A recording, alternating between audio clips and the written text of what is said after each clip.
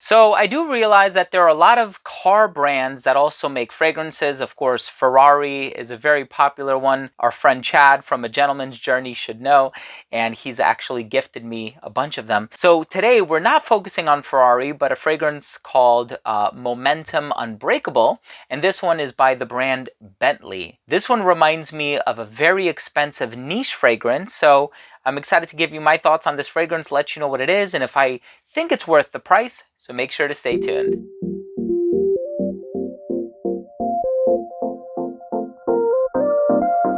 Now, before I begin my fragrance review of Bentley's Momentum Unbreakable, and I tell you how it smells, make comparisons, projection, longevity, all that stuff, I do want to start things off by mentioning that if you're a fan of fragrance-related content, please do consider supporting the channel by subscribing to it. Make sure to hit that notification bell so that you can stay up to date on future uploads. And of course, give this video a thumbs up if you enjoyed this video or if you took something of value from this review. Now, like I said before, I don't have a whole lot of experience with the House of Bentley.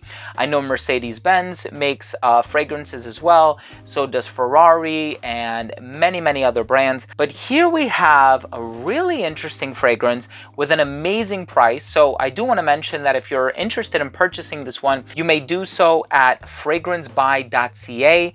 I'm going to leave all of the information down below if you're interested in checking them out. Really fast shipping, really high quality, sort of products and all of that stuff.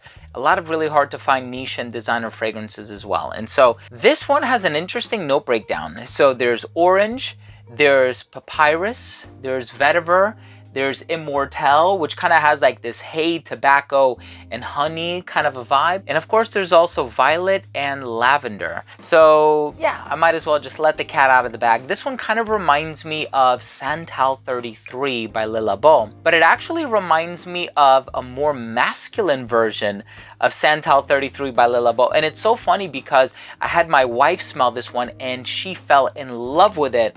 But she also said the same thing. She said this one kind of smells like a masculine version of Santal 33. And so for that reason, she's not going to wear it. I'm still going to wear it.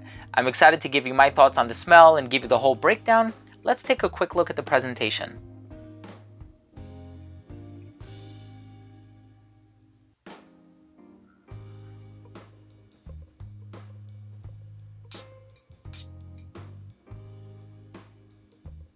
So right in the opening of this fragrance, you are going to get this earthy, papyrus, sandalwood kind of a vibe. Now, funny enough, when I looked online, I didn't see sandalwood listed as a note breakdown. Maybe I overlooked it, but I didn't see sandalwood. I did see papyrus, which is also found in Santal 33. And I see some other ingredients in there that could possibly give off that dry herbal feel that you're also going to get in Santal 33. Namely, of course, the immortelle, which is a floral ingredient. But immortelle has a vibe that can kind of come off smelling like hay or honey or even tobacco. And so when I think of those notes, I think of Chergui by Serge Lutens, but that's much more ambery and a little bit on the spicy side as well. Not so much this fragrance. Now with this fragrance, I do get the violet. So I think it's all about this violet and pseudo sandalwood papyrus combination that makes it kind of similar to Santal 33, but it also masculinizes the composition. So I think it's that violet and lavender combination that gives off this vibe that's kind of like a contemporary masculine designer fragrance. And let me tell you something, that's a really interesting blend. Two perfumers worked on this, Anne Ayo and Fabrice Pellegrin, and I think they both did an amazing job with this one. So it does have that woodsy appeal to it, but it has more violet than lavender, I would say. But the violet that's in here kind of smells like L'Homme Libre by Yves Saint Laurent, which is discontinued, I know, but it's a very clean, smooth type of violet ingredient, not the petrol smelling Dior Fahrenheit, right? So that's the kind of violet that you can expect, the clean variety, smooth, clean. And so you have this clean floral component, and then you also have like this dry and herbal and aromatic floral component. And of course, the lavender is very subtle, very soft. It's not an overdose of lavender, and it's certainly not a strong lavender note. And so it doesn't give it that sort of antique kind of a smell, but it keeps it smelling very modern, very contemporary as well. Now, personally, I really like this fragrance. I think this is a solid release by Bentley, and smelling this makes me want to smell other fragrances from Bentley. I know there's one that's been spoken about for many years now. I know Drakdoc and some other reviewers compared it to Chambre Noir by Olfactive Studios. I actually have smelled that, and I've done a video on that, I think on a friend's channel, but I don't think I own too many Bentley fragrances, and so this is my first acquisition in a long time, and it's certainly a good impression because this smells awesome. Like, this is a great hidden gem, especially if you're a guy and you're looking for something that's in the same vibe as, you know, Santal 33 by Le Labo, but you want something that smells a bit more masculine, definitely not as daring, something office friendly, but also on account of the vetiver. Smells very clean, very professional and executive smelling. So that vetiver and orange combination really brings out that classy, clean, office safe an office-friendly personality of the fragrance that you're probably not going to get in a Santal 33 or something like that. And I love Santal 33, so does my wife, but I will admit, I feel 10 times more comfortable wearing this one to work because I cross paths with like 200 other people on a daily basis, colleagues and students included because I'm a teacher. So I feel a lot more confident and comfortable wearing this one to work than I would a Santal 33. Pretty much the only Le Labo fragrances I feel comfortable wearing to work are like Neroli 36, I think it's called, and Bergamot 22. And maybe Thé Noir, okay. But this one is awesome. I really am enjoying this fragrance, and just a very nice, easy to wear, mass appealing, and also compliment worthy fragrance. And I've noticed that about Santal 33 as well. Whenever I wear Santal 33, there's something about this sort of loud, boisterous quality of the fragrance that really gets me noticed. And I think that's why people feel so inclined to compliment me and ask me what I'm wearing. And this one is going to have that same effect for you. So a job well done, Momentum Unbreakable by Bentley.